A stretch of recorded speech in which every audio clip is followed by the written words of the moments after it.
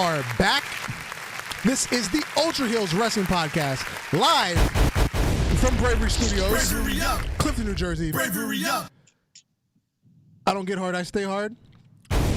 Mr. DM, find me in your mama's DMs. The Dark Side Savior, always on his worst behavior. I'm Darth Messiah. And my partner in crime. It's your boy Alex the motherfucking Hill, a.k.a. the Stanley Podcast, a.k.a. the leader of the FTR, and also the leader of Fuck the Wrestling Man. And on the other side of the glass, because we social distance here at Bravery Studios, the super producer, Mr. Nolly Marv. What up, guys?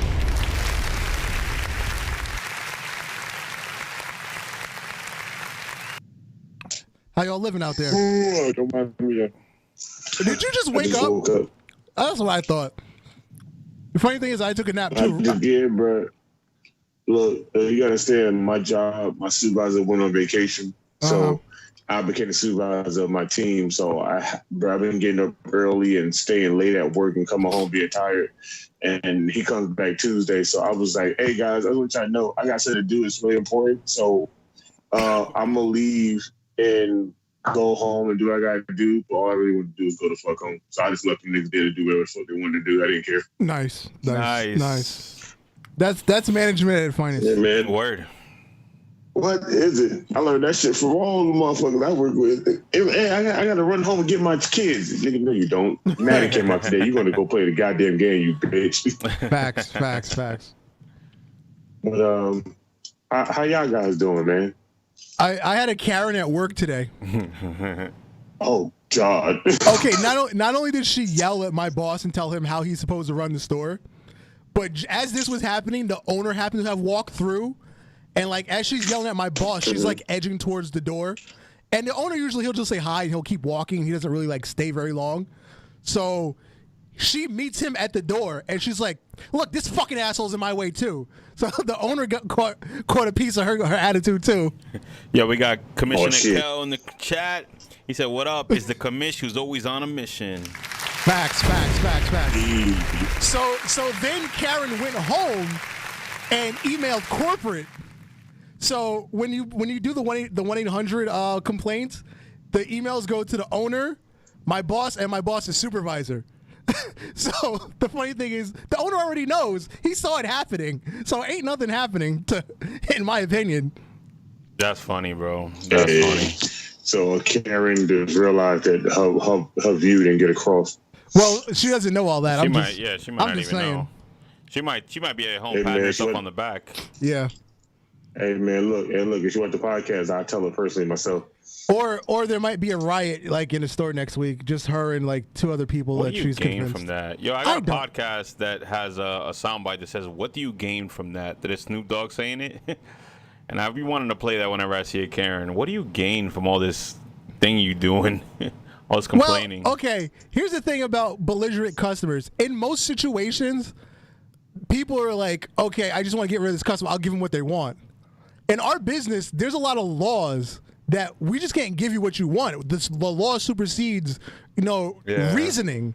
So you complaining isn't going to do anything because I'm not breaking the law. I'm not losing my job.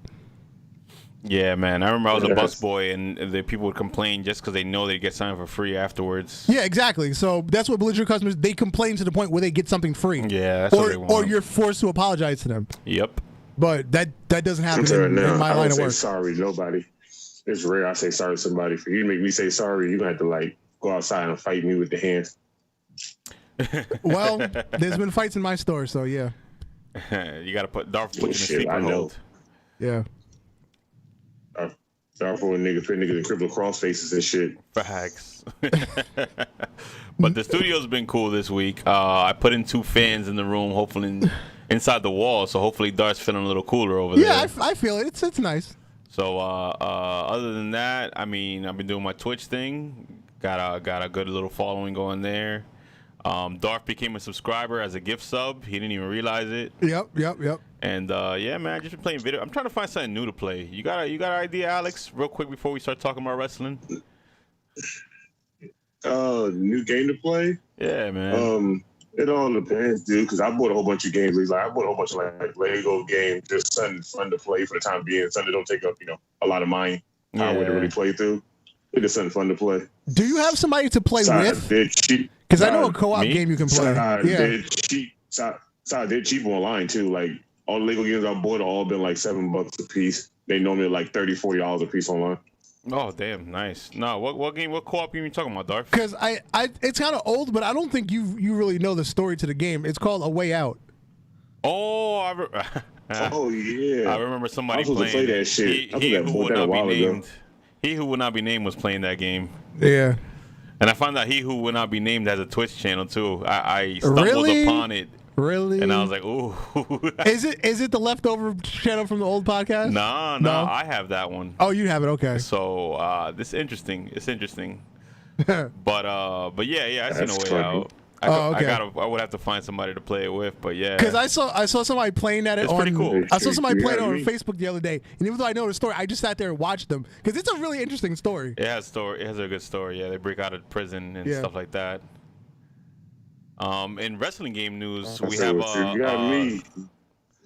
a sort of like cartoonish wrestling game coming out in the vein of like All Stars soon, like a WWE game that is for mobile but has like cartoon-looking wrestlers in it. Have you guys seen that yet? No. I'll pull it up for the end of the show. I've seen a picture of it. I've seen a picture of it, but I haven't really got a chance to sit down and actually look at it. Like, only news, the games I looked at was the whole PS5 thing. That's the only news I looked at, the only news I wanted to look at. So they're hoping that this will hold you down till 2K21 comes out. Okay. And they said a lot of news for 2K21 that they are rebuilding it from scratch now to and they might bring back GM mode. Okay, hit the applause. No guarantee on GM mode, but they're talking about it. As long as they're building from the ground up and not working on the broken engine that they already had, that's all I can ask for. I can't guarantee that that's not what they're going to do because they always say that they're going to build it from the ground up. They say that every couple of years, so don't give them too much. Yeah, you're right. Yeah, you're right. They say that a lot, so we'll see. You're going to build it from the ground up. No, you're not. Yeah, and then you see the wrestling animations from like SmackDown for PS1 in it. Yeah. Yeah, because there's certain like basic ass moves like an arm drag. They've never reanimated since like 2005. Yup, exactly. Kelvin says it's called Retromania. Okay. The wrestling game is kind of cartoony. Oh no, I did see that. Pro Wrestling Tees is a made-up character in the game of it. Really? Oh wait, I think Retromania is a different game than what I'm talking about. I think that's the one with the indie wrestlers. Yeah. It had the weird thing is Retromania has like John Morrison and shit in it. It's really weird. It had John Morrison, it had Steve Richards, Tommy Dreamer, Sharon Rock, but like Pro Wrestling Tees is like a big staple part of the game. See how they do t-shirts for everybody? They made them their own custom ring in the game, and they also put the owner of it in the game with his own little storyline cut because he posted it on IG a while ago. Yeah, and he was like, "Wow, I'm finally in a WWE game. Isn't that something different?" And I'm I was looking like, at "Wow, it now. It's impressive." It's supposed to be a throwback to Super Brawl, WWF Super Brawl, which I never played, because it was only an arcade game. But it has Blue Meanie, Stevie Richards. It has Just Incredible in it. It has a lot of old wrestlers. But yeah, that's gaming news. So, all right, let's jump into our headline topic. Jim Cornette and FTR. In the past week, FTR, Cash Wheeler, and Dax Harwood made their first appearance on Jim Cornette's podcast. Mm-hmm. And he's been stroking them for the last, I don't know how long. And they're now free. Well, they're not free. They revealed on the podcast they're on a handshake deal with Tony Khan. They're not signed long term. Basically, for the time being, they're showing up and getting a paycheck that night. How long they'll be there, we don't know yet. Probably till they stop paying them or something like that. Yeah, they're on a handshake deal. It's a appearance by appearance basis right now. They they went live on Instagram. Yes, I was in the live feed. Yeah. Yeah, they went like a couple days ago and they was talking, about what the hell was happening and answering questions. And they was like, yeah, we don't work for them, but we work for them. And I was like, I'm not gonna lie, that's actually kind of that's the smartest thing ever. Idea. Yep. Because it's kind of a smart business idea. Instead of paying them millions and millions of dollars and you don't know they even gonna want to be there, just pay them just to show up when the hell they want to show up and let them go and do what the fuck they want. They were saying it's not about we don't trust them or anything. It's that we don't want to be tied down because we have other things we want to do, like go to ROH and work with the Briscoes. Or go to New Japan and work with the Gorillas of Destiny. Look at the option WWE wasn't never going to give them. Yeah, so they want to do more than just go to one place and work. Now, they're I guess they're a traditional kind of tag team, right? So obviously they shared their love of traditional wrestling with Jim Cornette. Now, one of the things Jim Cornette always gets slack for is being super traditional and not respecting the new school. Now, one thing people don't realize, Jim Cornette has worked with a vast amount of the quote-unquote indie crowd. Yep. He basically, as the title of the show is titled, he's fathered the indie movement from all the people he's worked with. Basically. Now, if you want to go through his Jim Cornette's career, he started working in wrestling at 14 years old in 1975. Damn. He was a photographer for Continental Wrestling, which worked out of Memphis. 1982, he was like 22, 23 years old. He got an actual, in-ring job. He was a manager. His first appearance was in the Jerry Lawler versus Ric Flair match. Jerry Jarrett was the booker, the father of Jeff Jarrett, who that part will be important later in Jim Cornette's career. 1983, he went to Mid-South. That's where he met up with the Rock and Roll Express. That's where that whole thing came together. 1984, he worked at World Class Championship Wrestling, which is in Texas. 1985, he worked in Jim Crockett Promotions, which later became WCW. He's managed against, really recognizable managers like Jimmy Hart, Paul Ellering, Paul E. Dangerously, a.k.a. Paul Heyman. He's done commentary basically everywhere he's gone. He's worked with Jim Ross. He's worked with Tony Schiavone. His time in WWE, he worked with Vince McMahon on commentary. In 1991 is where he really began to train people, because that's where he started his own promotion, Smoky Mountain Wrestling in Louisville. And while he was running that company, he had a talent trade with both WCW and WWF. He was able to bring in Mark Calloway, a.k.a. The Undertaker, Chris Candido, Terry Funk. He had the Hardy Boys before they were the Hardy Boys. I forgot what their names were back then. He had Owen Hart, Chris Jericho, the Unabomber, which is Glenn Jacobs, a.k.a. Kane. He had Bob. Still was a weird name at that time. Yeah. He had the Steiner brothers. He had Randy Savage, Jake Roberts, the 1-2-3 Kid, who became known as X-Pac. So those were like cutting edge people at that time. 1-2-3 Kid, Chris Jericho, Owen Hart. They were the cutting edge people of their generation. They weren't the traditional 80s, 70s kind of wrestler. They were cutting edge then. And what was it? Like late 90s, Jim Cornette started working. I'll be right back. All right. Late 90s, Jim Cornette started working full-time with WWF backstage. He again came back to work with Owen Hart and the British Bulldog. And he main evented WrestleMania, what was that, 9? He was in the main event of WrestleMania as Yokozuna's American, I don't know. He was like a second manager because Yokozuna also had Mr. Fuji. But anyway, Jim Cornette's been in the main event of WrestleMania more than a lot of people that hate on Jim Cornette in the wrestling industry can say.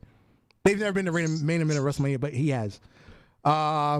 Everybody knows about Jim Cornette's love-hate relationship with Vince Russo. That comes from the... I don't think there's no love there, bro. I think it's just hate. He loves to hate him. How about that? Oh, He yeah, loves to hate yeah. him. That comes from their time together in WWF on the booking committee. Trying to go through my notes as fast as possible. I took a lot of notes.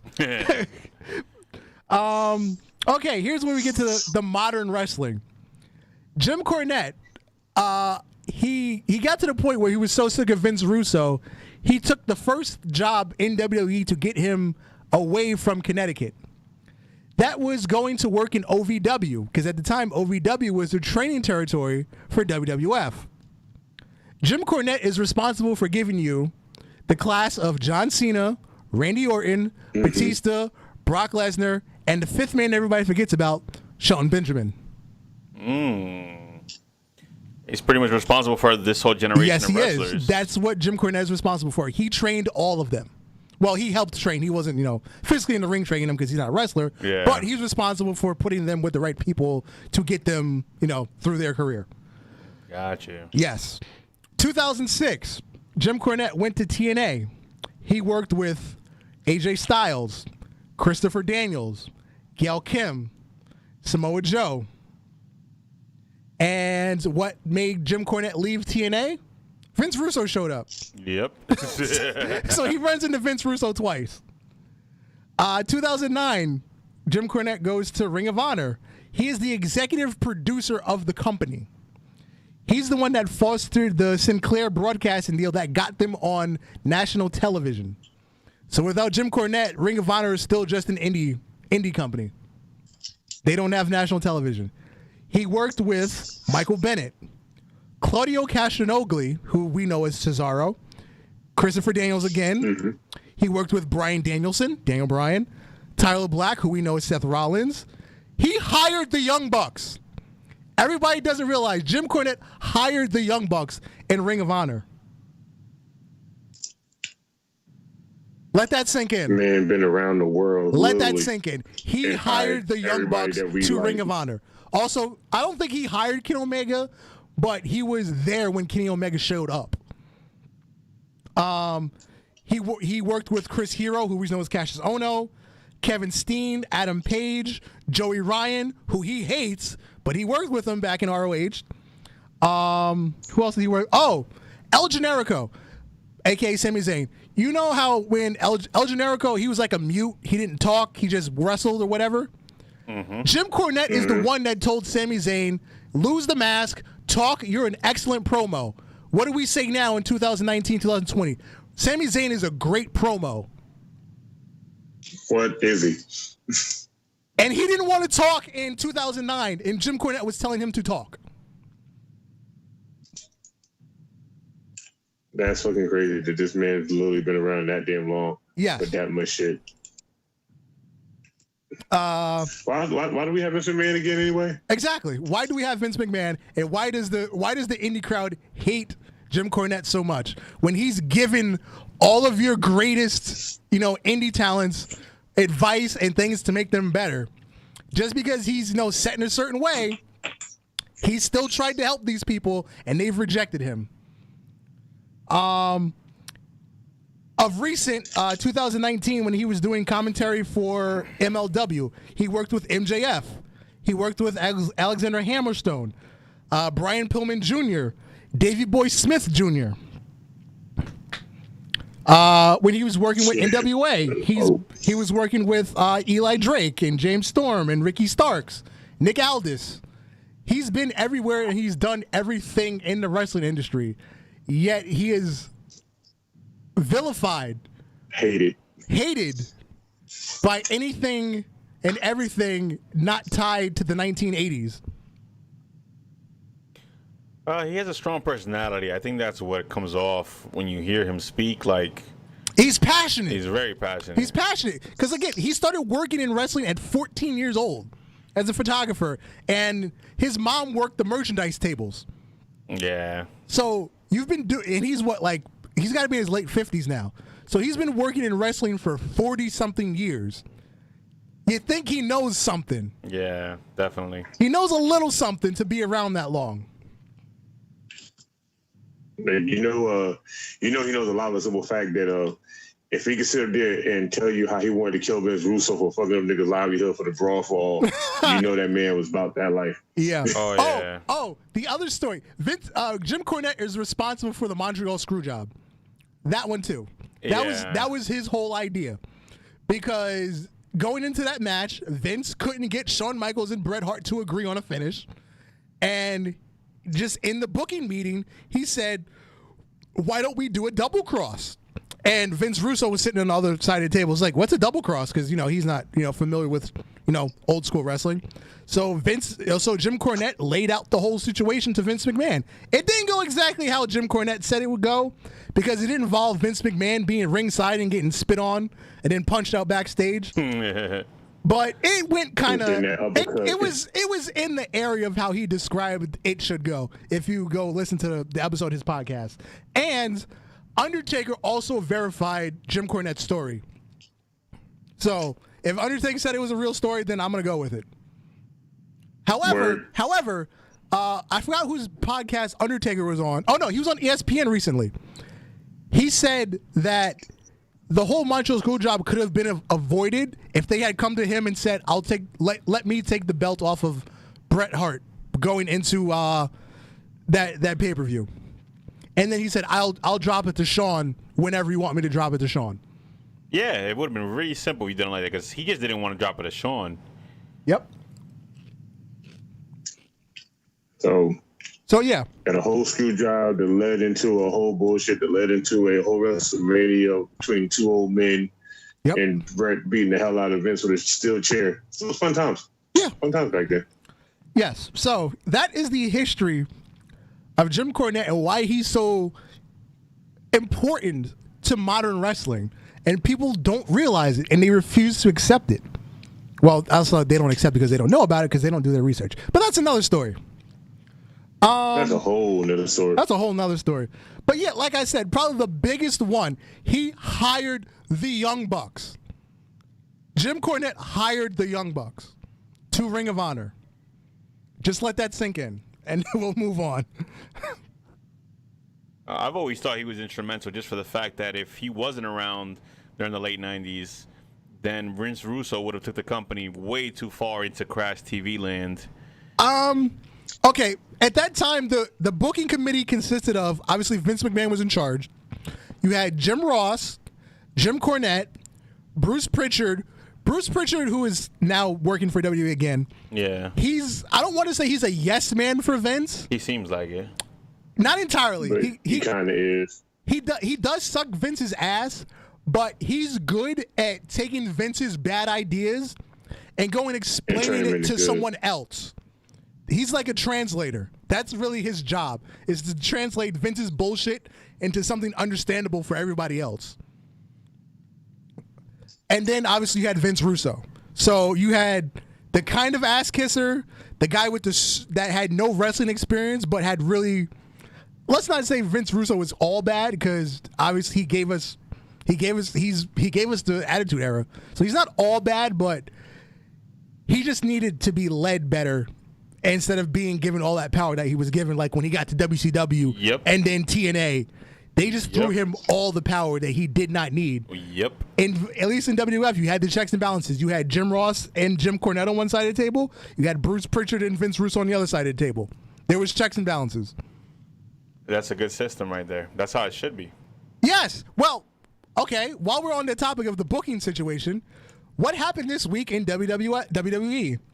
Paul Heyman is now out as executive director of Raw. Because of the quarantine situation, they're reducing the booking committee. Well, the creative team now is called. They're consolidating. They're letting writers go again. And Bruce Pritchard is now in charge of everything. So you have one person in charge of a bunch of people that know nothing about wrestling. I still don't like it. Yeah. It's going to be, basically, we're going to get 2017 all over again. I thought we just finally got out of that mode. Yeah, because we were building a really good Raw. I liked where Lashley and McIntyre are going. I liked the Zelina Vega group. You put the belt on Apollo, the U.S. title belt on Apollo. Really, really good stuff going on. It's like it can be better, but it's headed in a good direction. And again, same thing on SmackDown. You've got really defined stuff that's going on. It has a direction. It's not being rushed. Like, for example, AJ versus Daniel Bryan doesn't happen in 2 years ago. You don't get AJ Styles, Daniel Bryan. You get Sheamus versus Baron Corbin in the finals for the IC title 2 years ago. Let's not remind me of that time. That wasn't how can I put this? It was dumb. Yeah. Dumb as fuck. Yeah. But whatever. What can we do at that point in time of wrestling? Ain't like they listen to the fans. They put that put it back in the fans' hands. Yeah, Kelvin in the chat was mentioning that Jim Cornette blew out his knee in the scaffold match. That was against the Road Warriors, I believe. Yeah, it was the Midnight versus the Road Warriors with Paul Ellerling in a scaffold match in I believe that was Jim Crockett Promotions at the time. I think that was like late 80s that happened. I could be wrong. Oh yeah, let's not also forget, if it wasn't Jim Cornette, we wouldn't have had a New Jack. Oh yes, New Jack. Again, that was Smoky Mountain. Yeah, let's not forget it. That's the early version of New Jack, early Word. version of New Jack and the Gangsters before they went to ECW and really let the world fucking have it. Word. They should come back. Now is the political climate for bringing that back, right? Yo, they would start riots again. Yeah, all right. Let's not bring them back then. You want to talk about riots? Yeah, I'm about to say, we don't need that kind of attention right now. Yeah, because now you're gonna have white people rioting against them. Yeah. You get the Hicks up there going crazy. Yeah. Well, right now, I think the Nation of Domination would work. Oh yeah, they would work right now. Facts. The original version, not like the watered down version, after The Rock became like the leader. Yeah. When Farouk was the leader, it worked. We could do that version right now. Ron Johnson. Yeah. What's up? Yeah. It would be an interesting time if he was they was doing it like that now. Yeah. It'd be fun. Let's jump into Takeover in your house. Oh yeah, let's jump into that because that show was in there by your house. Because to me, that's been the best Takeover in quite some time. Basically, I think it's the best Takeover since NXT's been on regular TV. Yeah, I can go with that. Because this felt like Takeover, Brooklyn, Takeover, when they Takeover Arrival, back when they tried to give Takeovers names. This is what that felt like, Takeover Revolution or whatever. This felt like a really classic NXT Takeover. You just had really good, solid matches with solid storytelling. What was your favorite match of the night? My favorite match, it's Finn Balor, Damian Priest. Because the whole time I'm like, are they really going to let Damian Priest get this W? Because, I know they're trying to build him, but at the same time, Finn Balor can't afford to lose right now because he's got, bigger fish to fry whenever he can get back to Walter. He's also had a little side, he had another side thing going on. Who was it? Was he feuding with Ciampa too? Finn Balor? You're talking about Damian Priest. Okay. Yeah. So, but anyway, I feel like Finn Balor can't afford to lose right now. So I was really intrigued in that whole match. And Damian Priest kept up with Finn Balor. He proved his worth, a.k.a. Punishment Martinez. Man, well, I don't know why they couldn't keep that name. Even though it sounds like some, BDSM type of shit. I don't see why they couldn't keep that name. You can't promote violence in WWE, even though it's a sport that involves fighting. But anyway. Yeah, you can't promote violence, throw two men on top of a building. Yeah. I think the only down match, which it wasn't bad, it didn't really have a real purpose, was the 6-woman tag, the Mia Yim and Shotzi Blackheart with Tegan Nox versus Candice LeRae, Dakota Kai, and Raquel Gonzalez. I think they do that as a filler because they just needed something. They just need another match because they didn't have enough time to get another storyline going in between that short period of time. They've done takeovers with 4 matches and just let everybody go 25 minutes. They've done that. They could have done that here. Well, you know what? Karrion Kross and Tommaso Ciampa ended correctly. That didn't need to be a long match. Because Ciampa took the fight to Karrion Kross. He fought back. Kross whooped his ass even more, and he just said, "I'm putting your ass to sleep." So even though Tommaso lost, he didn't get squashed. He fought back.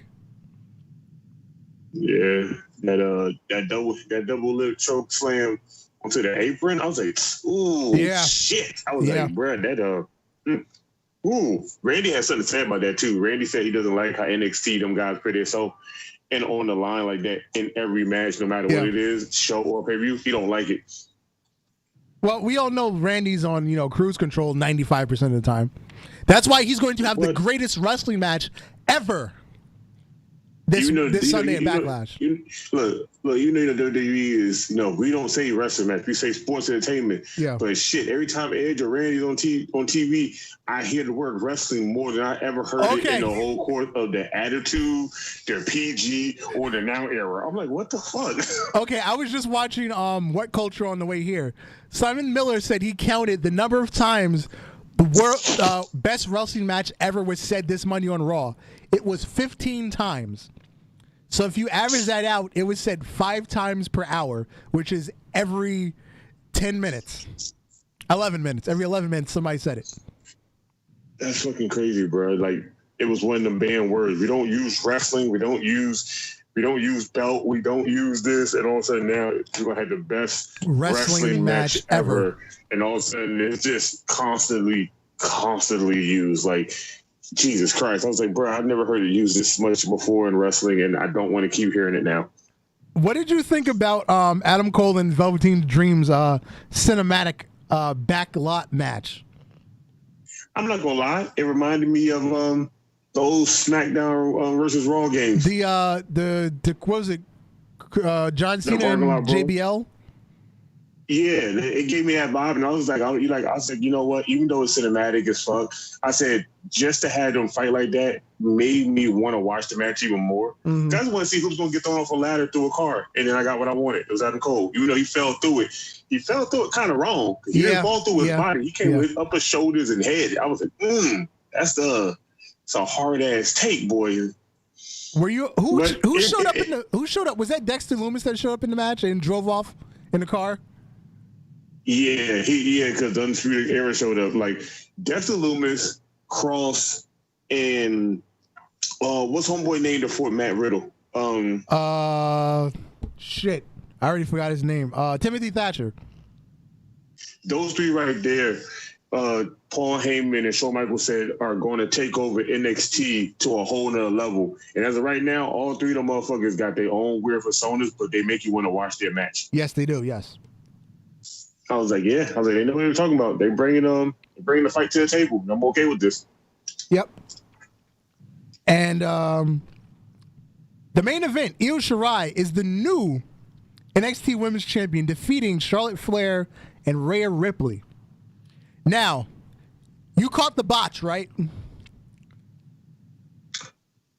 Which one? I feel like I caught a lot of them. The finish, the biggest one. You talking about the figure 8 into that badly done moonsault to hit a knee into Ripley's face, and then all of a sudden Charlotte could not get out of the figure 8 to save her life. I was like, wait, what's happening here? Why I feel like this was not the ending that was supposed to be there. Yeah, because Charlotte had Rhea Ripley in the figure 8. Io Shirai gets up on the top. She goes for a moonsault onto Rhea Ripley. For some reason, Rhea decides to sit up in the middle of the moonsault, and Io Shirai grazed the back of her head and her neck and landed on her stomach against the mat. Barely touched Rhea Ripley and somehow pinned her miraculously for the 1, 2, 3. What was worse, that or Becky and Ronda at WrestleMania? I think that's kind of hard because they both like 50-50. Cause that was like a super botch at a big live event, and this was a botch at a pay-per-view event that wasn't really live, but it was really anticipated. Yeah. The only 2 matches were live. If you watch the graphic, you know, the little live thing that they put on the screen, there was only 2 things that were live. Mm-hmm. It was Karrion Kross and the Gargano Keith Lee match. Those are the only things that were live. I'm not gonna lie, I did like when Gargano picked Keith. I did like Keith Lee picked Gargano through the plexiglass and he fell on the ground like an action figure. Yeah. I was like, yeah, that was pretty funny. I was expecting that to happen anyway, but that's what I needed. Yeah. But overall, I get the pay-per-view like. Yeah. I get on a scale of like a scale of 1 to 5. I get that pay-per-view like a good solid 4.5. Because it kept me entertained and wanting to watch it. I was gonna say 4.25, but yeah, it was like I said, it gave me the vibes of, you know, NXT takeovers from a couple years ago where every match hit. Everything had meaning to it. I think what made that more watchable is the fact that Triple H, Shawn, and Road Dogg didn't really play a big role online for the show. They did have one little skit in the back trying to figure out the computer. But when they went and got the original guy that did the voiceover work for the original In Your House, I was like, oh yeah. I said, yeah, they went old school. They made this feel like it was an original In Your House pay-per-view. And it made me want to watch it even more. Yeah. I'm telling you, bro, when Red finally kick the bucket and Triple H get his hand on this shit, boy, wrestling world gonna be a whole different place. It's gonna make more sense. Mm-hmm. Oh, okay. Back to FTR on Jim Cornette's podcast. They were saying there's this feeling in the locker room when everybody's in NXT, they have full faith in Triple H. He's their father. I'm going to guide you to the promised land. I'm going to give you everything you ever want in life. Then they get to the main roster. They'll go to Triple H. Hey, what's going on? What's going on? He won't bullshit you. He'll tell you like it is, but he won't tell you the entire truth. He'll like wink at you, like read between the words that I'm saying. And it's like, come on, dude. Like we thought you were going to really help us get past, you know, the bullshit of the main roster. But hey, his hands are still tied. He doesn't make the final decision.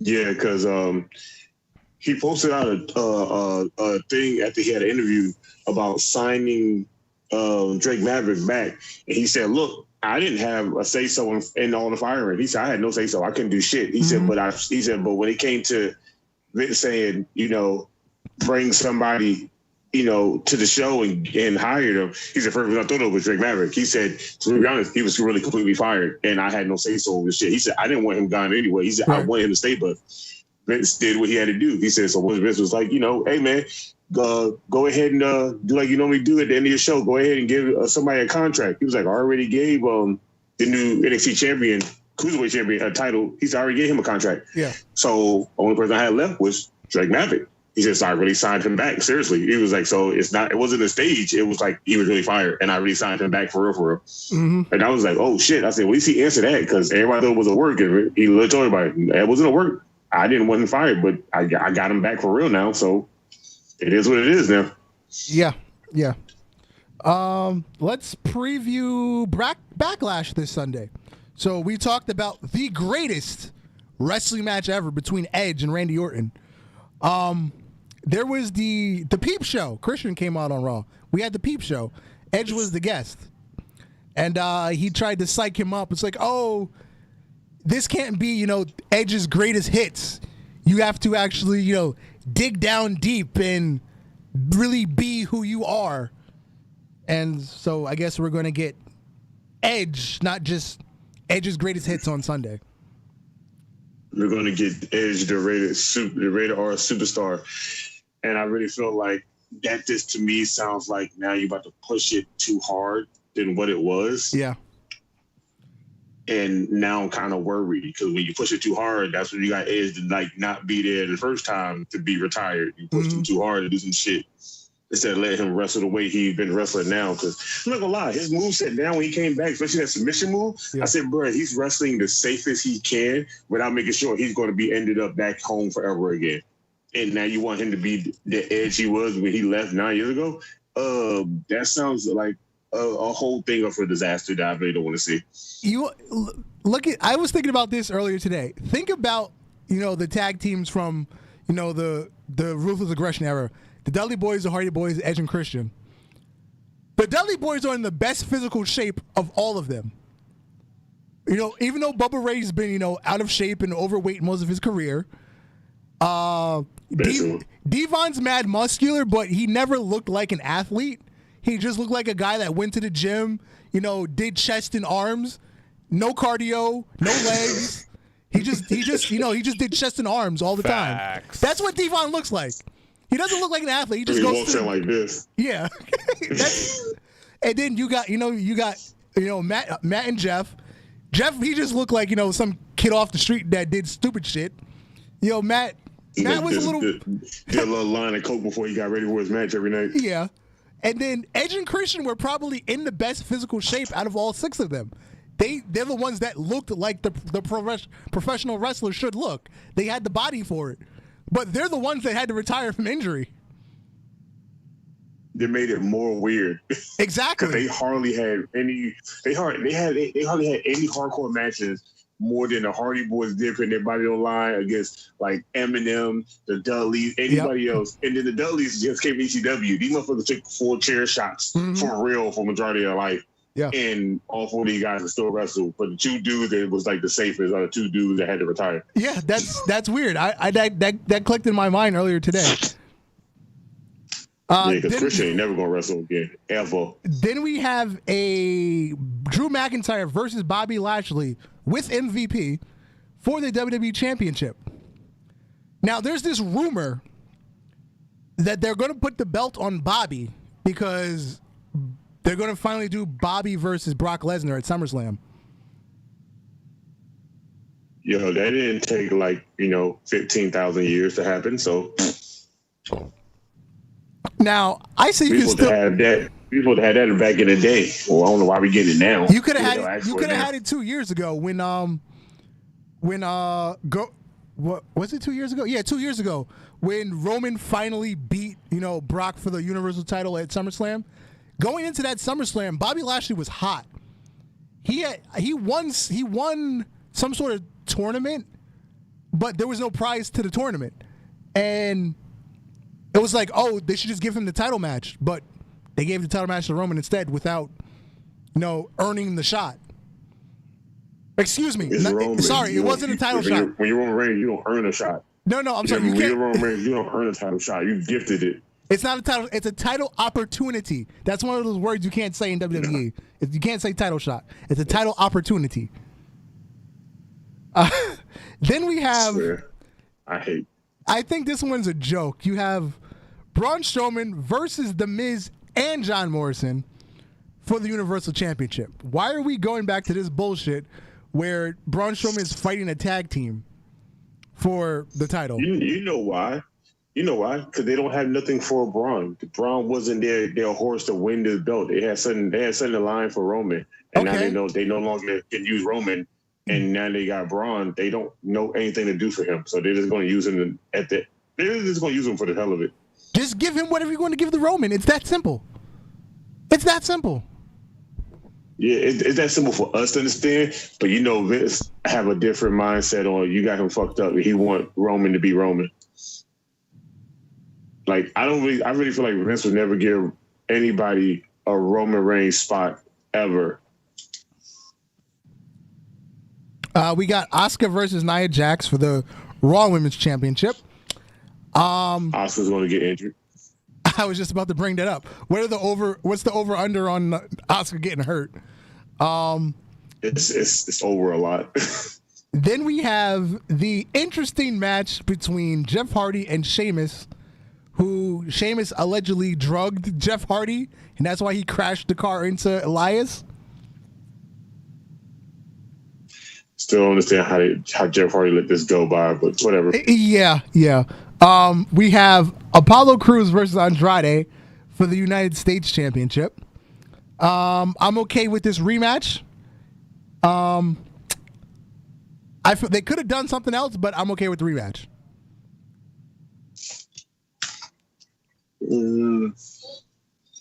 I can learn to live with it at this point now. Yeah. And there's only 7 matches booked so far. I'm assuming they're going to randomly throw something on the pre-show, like maybe like the SmackDown Tag Champs or something, or the Street Profits versus the Viking Raiders, something like that will just end up on the pre-show. You got Bayley and Sasha Banks versus Alexa Bliss and Nikki Cross versus the Iconics for the Women's Tag Team Championship. Still don't understand why that match is even being made and done, but Yeah. Like I just like the Iconics when they was at NXT. But once they came in the roster, I just don't like them no more. I like them when they actually use them because the Iconics do their job.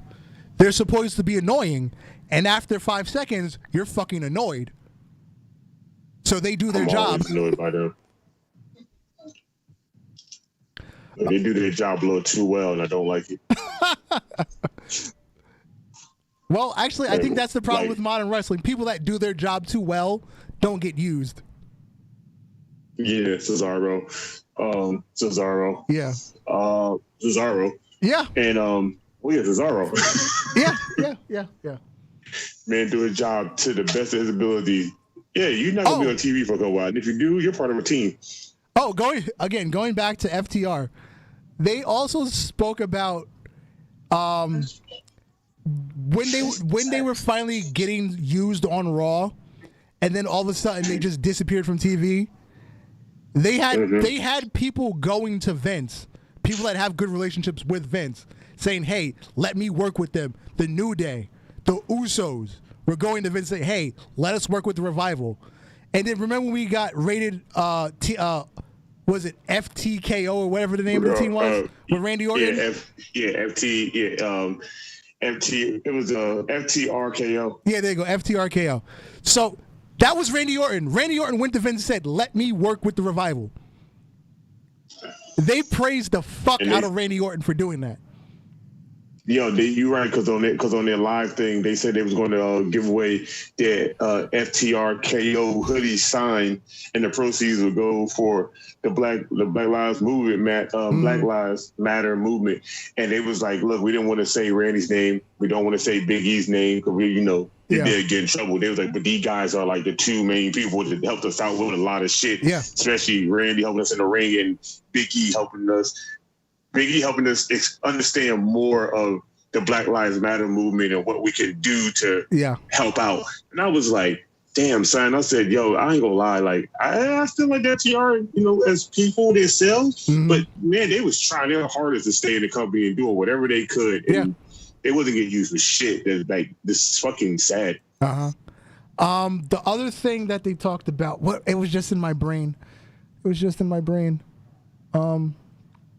Shit, I hate when this happens. I'm getting old. Damn. Oh, well, fuck it. AEW. Okay. Speaking of FTR, they kicked off Dynamite. They had a match against the Butcher and the Blade. And that match is actually good as fuck. Yes, you know why? Because the referee enforced the tag team rules. That's why the match was good. And you had Jericho on commentary talking about tag team wrestling rules. And they got a better hand on the tag team division there, bro. Like, they really understand the tag team division needs to be something used and not something that just, oh yeah, we have them people, let's just use them for stupid shit for the night. No, give these guys the damn job you paid them for. Let them do what they're supposed to be doing. Yep.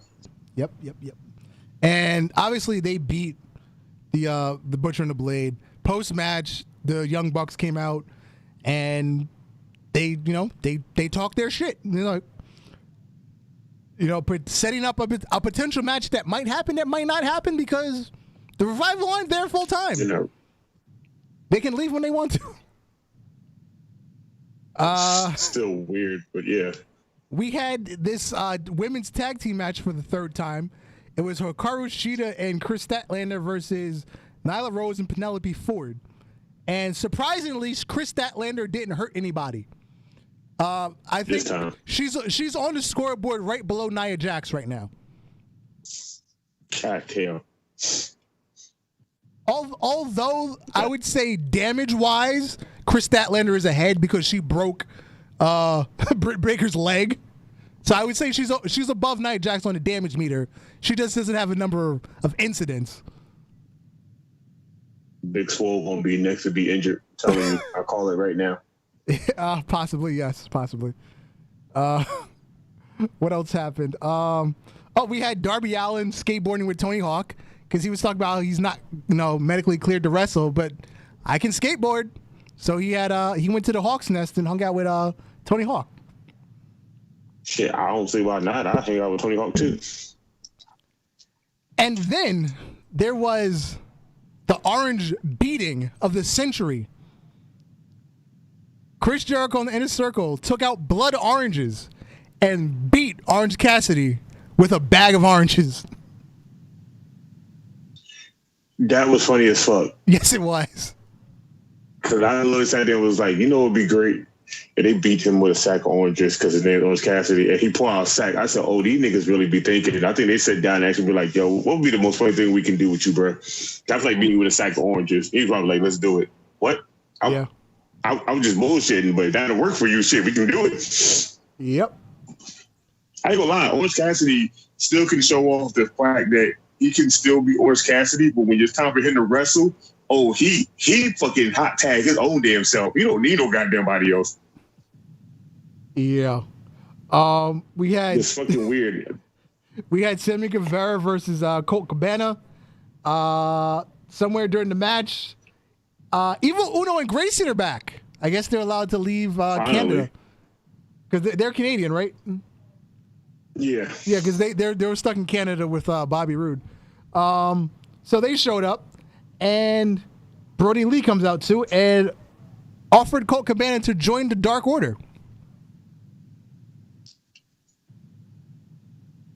Maybe we'll get a different Colt Cabana. I think Colt Cabana been the same guy since he showed up in fucking wrestling when he first started. I don't think he ever really changed personas. Nah, except for that really quick stint in WWE where he was, given that really generic character. But other than that, he's been himself. Yeah, I'm about to say, they gave it a generic character, but it was still Colt Cabana. It wasn't no different. Yeah. It ain't like you take Shelton Benjamin and Brock Lesnar when they was a tag team and you put them both on the main roster and you change them and now they're completely two dudes different from what they were. Or, Batista being a vampire and doing different moveset and then becoming the fucking animal that we know now. Wait. Like this nigga was like Colt Cabana always been the same guy he's always been. You left out Deacon Batista in the middle. When he was with Devon. Deacon Batista. I was trying not to remember that lifestyle. Yeah, he went from the Leviathan to Deacon Batista to the animal. Kelvin says you forgot to mention Apollo Crews versus Andrade for the U.S. Championship Backlash. No, we went over that really quick because it's like we could have done something else with that, but we're fine with them having a rematch. So yeah, like it's just right just with the rematch now. Like there's nothing else you can do at this point. And our main event. So it seems that the TNT Championship for the time being means that Cody Rhodes gets the main event because this is 2 weeks in a row he's in the main event. He had his open challenge against Mark Quinn of Private Party. And I like how they gave him a chance. Yeah, I'm on the record for saying Mark Quinn can be something one day. He just needs a lot of polishing up, but he can be something. He remind me of? What you call it from Street Profits, right? What do he, boy? Oh my God, they're like damn near identical, the same person. But Montez Fort is way ahead in the promo category, but just their swagger and the way they handle themselves, same guy. It's the same guy, dude. Like I feel like he's like Ricochet and Prince Puma. Same guy, just throw on a different mask. Same guy. That's another thing. Where is Ricochet and fucking Quilly Alexander? They became a tag team, lost, and then I ain't seen them niggas since. That's what happens when you get really bad names as a tag team. You just disappear. What was their name again? Wait, what was their name? Oh, the Two Fly Crew. Hey man, look, there's a team in TNA called the Radicals, and them motherfuckers almost look just like them niggas, except for there's 3 of them. Okay. Oh, speaking of TNA, they've now decided what they're doing with their World Championship. Tessa Blanchard will be returning for a Slammiversary in July. What is it, like July 10th or something? I forgot what it is. I think it's the second Sunday in July. July 10th. Okay, so Tessa Blanchard will return to defend the Impact World Championship. She was facing, what is it, Eli Drake, Trevor Lee? I think it's in the match. It's Trevor Lee, Eli Drake, one of the guys from the Radicals, I forgot his name, and somebody else. It's gonna be like a fucking 5-way match. Yeah, it's a 5-way. And that's their title match. Hey, let me tell you something. In my head, you know, first thing came to mind.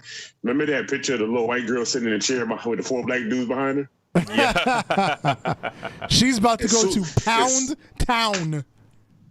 Bruh, as soon as they showed the picture for it, I was like, oh my God, I knew where they got this from. Like, they could have did this a lot better than just doing it like that. Tessa Blanchard is going to Pound Town. Yeah, she's going to get pounded by all the racists she talks shit about. Oh, yeah, that's right. I forgot about her racist statements. Yeah, she racist as fuck, and I'm happy they kept all TV for this long. Well, isn't they she kept like all part at the right Mexican moment. or something? Huh? Isn't she like part Mexican? That don't mean nothing, bro. The sad thing is, she's like part Hispanic, but she hates everybody, bro. Like, she like me. She hates everybody equally, but she voices her opinion a little too loudly, like Big Cass. Yeah, because I think her mom's Mexican or something. But anyway. Because you know, Tully Blanchard like to dabble in the brown sugar. But anyway, you got anything else for this week? Did we miss anything? Oh, there's a rumor that they're gonna put the men's heavyweight title on Charlotte. Have you guys heard that one? Yeah, but I don't believe it. I don't believe it. I hope it's not true. Because then you're just copying Impact. Like, yeah, but the sad thing is they kind of pushing towards it, especially at that little comment Charlotte said on Monday Raw when she was like, "Oh, Becky and Bailey, you're trying to be on 3 shows, trying to keep up with my stamina. Let's see how that works out." And I was like, "Damn!" She literally called it like Roman. She's been on every show, every main event, and every pay-per-view. Mm-hmm. At this point right now, the only she need is a man's title, and literally she has done everything in WWE. I'm fine if they go to China route and give her the IC title. I'm fine with that. I'm okay Do with not that. put the world title. I'm okay on with her. IC title or the US title. Either one of those 2 belts, but nothing above that. She should not get her hands on. Well, okay, if you're gonna give her a top title, make it the Universal Championship because that shit is a joke anyway. You know what's funny? Even though it's a joke, I feel like they put it on her. She would make that bitch like how John Cena made the US title. Okay, Calvin gave us the Impact title. It's Tessa Blanchard, Michael Elgin, Ace Austin, Trey, and Eddie Edwards. There we go. Yo, you know you met Ace Austin before, right? He's been at Pro Wrestling Magic many times that we went before he got signed. You know what? Now that you mention I do remember him now. Now that you mention that. Yeah. Now, as soon as he got signed to TNA, boy, he became a dick. Like, he became Randy Orton. Like, he became Randy Orton around the time of the Legend Killer in Impact Wrestling. Like, immediately. Now, I think Michael Elgin takes that. He probably do now. I'm okay with it though. Yeah. Shit, the way things going now with wrestling, I'm telling you right now, I'm enjoying everything that I'm watching here and there, and I got more variety to watch now because I'm watching TNA a little bit off and on, and I'm like, you know what, this isn't as bad as it used to be. They're kind of making it somewhat better than what it was. I was like, but you know, they still are trying, and I'm okay with that. But they were trying so hard to be WWE at one point. I was like, bro, I can't even watch this shit. Like, I'm about to just watch Raw. Oh, also, those will be the last thing before we go. New Japan is coming back. They have some sort of tournament that kicks off in July also, like around the time Impact is having Slammiversary. Oh, yes, right. Because I did see Okada in a picture on Instagram. Man finally got a haircut. Yeah. I was like, oh, shit. I guess he ready to wrestle again. Yep. So New Japan is back. Impact is going to have Slammiversary. We're going to have Fyter Fest. And WWE is still going. They're just still chugging along because one monkey don't stop no show for Vince McMahon. Hey, look, they're still essential for some reason. Yeah. Yep. Yes, they are. And wow, we covered everything right at 8 o'clock. Yep, it's 8 o'clock. Let's get out of here. I'm Darth Messiah, Mr. DM. Find me in your mama's DMs, because your mama love me. Anyway, your name, sir? Alex the motherfucking Hill, and you can catch me every Friday over here talking shit like I don't miss a bitch. Good night, Marv. Good night, fellas. We're out of here. Peace.